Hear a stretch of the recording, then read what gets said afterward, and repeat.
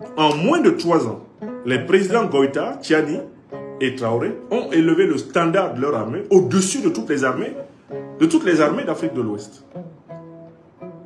Il n'y a aucune armée ouest-africaine qui puisse se tenir aujourd'hui debout face à l'armée malienne, à l'armée burkinabé ou à l'armée nigérienne. Et la Fédération de Russie a bien compris que c'est quand les Africains sont en sécurité que les Africains peuvent avantageusement commercer. Quand les Africains sont en insécurité, ils ne peuvent pas avantageusement commercer, ils se font voler. Et vous comprenez pourquoi ces derniers temps, on démantèle des tentatives gigantesques de déstabilisation de l'Afrique de l'Ouest.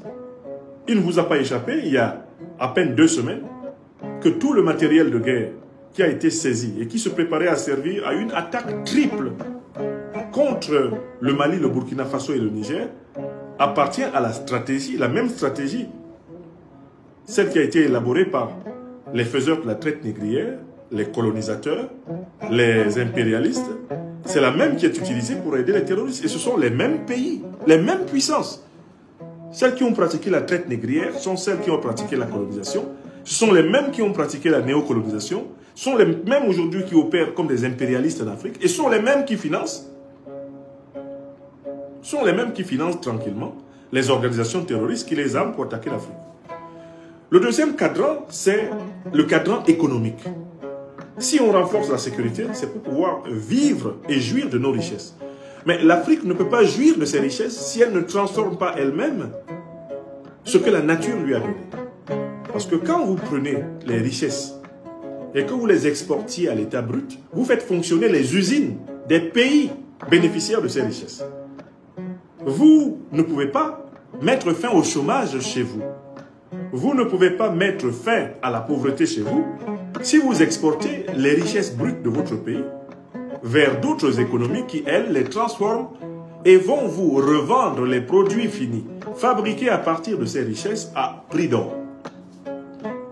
La Fédération de Russie et les pays sahéliens notamment ont compris qu'il faut booster les capacités de production locale, de transformation locale des pays africains. Voilà pourquoi on observe entre la Russie et les pays du Sahel un réel transfert de technologie. Pas seulement un transfert de technologie de défense. On observe un transfert de technologies économiques. Regardez le nombre de raffineries d'or qui sont en train de germer dans le Sahel, de raffineries d'or nationales. Regardez l'augmentation du nombre de bourses pour des études scientifiques spécialisées dans les pays du Sahel. La Fédération de Russie et les pays sahéliens investissent énormément actuellement dans la formation spécialisée. Celle des ingénieurs, celle des techniciens, celle des docteurs, celle des experts. La formation spécialisée la plus pointue dans tous les domaines de la connaissance est aujourd'hui en augmentation massive. Enfin, il y a un troisième sujet sur lequel les choses avancent. La Russie est en train d'aider les pays sahéliens à développer une maîtrise endogène de l'énergie nucléaire. Ces pays vont devenir, en moins d'une décennie, des pays nucléaires civils. Oui! C'est de cela qu'il s'agit. Il ne s'agit pas du chibricha, hein, de l'abracadabra, du néocolonialisme français, de l'impérialisme occidental et moyen-oriental, qui ont toujours veillé à empêcher les Africains de bénéficier du moindre transfert de technologie, ou même de décoller technologiquement. Enfin, il y a un quatrième sujet extrêmement profond, c'est la maîtrise des hautes technologies de l'information. C'est la question de la possession d'une autonomie de renseignement satellitaire. Vous le savez très bien, la Fédération de Russie est actuellement en train de construire les satellites autonomes du Sahel. Le Mali, le Burkina Faso et le Niger vont disposer dans quelques années, largement moins de 10 ans, de leurs propres satellites et seront donc capables de développer un Internet sahélien indépendant, de développer un système de renseignement militaire sahélien indépendant. Ils seront capables de développer tous les artefacts connectés à la maîtrise de la visibilité aérienne. Et j'espère que vous savez que la possession de satellites augmente également l'efficacité des armées. Parce que pour le moment, les armées sahéliennes sont renseignées par les satellites russes. Mais il vaut mieux avoir ses propres satellites pour atteindre la pleine autonomie de renseignement militaire. Voilà les terrains dans lesquels et les raisons pour lesquelles les délégations interministérielles russes et africaines sont bien garnies. Parce qu'on travaille dans cette affaire. Ce n'est pas du jeu.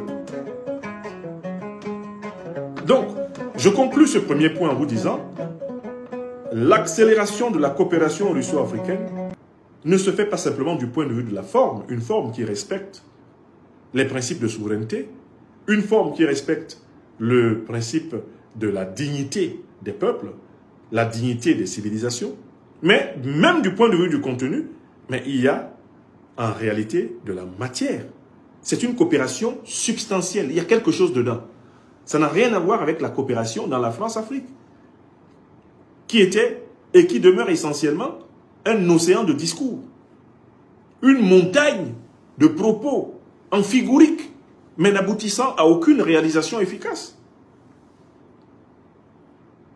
Nous devons donc féliciter les dirigeants sahéliens, les peuples sahéliens et les dirigeants de la Fédération de Russie pour cet exemple de coopération gagnant-gagnant, pour cet exemple de coopération se matérialisant par des avantages concrets et incontestables.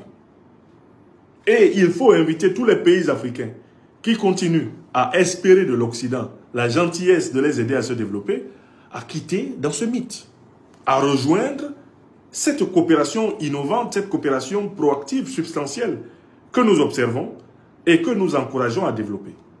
Alors, il n'y a pas de coopération parfaite, il n'y a pas d'œuvre humaine parfaite. Nul n'ignore, par exemple, les tensions qui sont nées d'une certaine boulimie, par exemple, de la puissance chinoise en matière de terre, de richesse, etc. sur le continent. Mais toutes ces choses-là, elles dépendent des Africaines, des Africains. C'est à nous qu'il appartient de nous faire respecter par toutes les puissances. J'ai en particulier ici aimé la fermeté avec laquelle les autorités nigériennes ont rappelé aux multinationales chinoises que le principe de souveraineté ne s'appliquait pas seulement envers les firmes néocolonialistes françaises, il s'applique envers toute puissance qui ose venir en Afrique reproduire les gestes que nous ne voulons plus jamais voir dans notre vie. Ceux des négriers, ceux des colons, ceux des néocolons, ceux des impérialistes. Voilà ce que je voulais dire sur ce premier point. Alors, vous êtes à Douala, au Cameroun, et vous souhaiterez mettre votre domicile, votre entreprise entre les mains d'une entreprise de sécurité privée professionnelle disposant des agents de sécurité entraînés. Alors, voici la solution à votre problème. Contactez rapidement la société Sunshine Security Service qui se chargera de mettre à votre disposition du personnel entraîné, formé et professionnel qui se chargera de sécuriser vos biens et personnes 24 heures sur 24. Le lien est dans la barre de description. Les numéros s'affichent à l'écran. Contactez-les et vous aurez rapidement un devis estimatif selon votre site.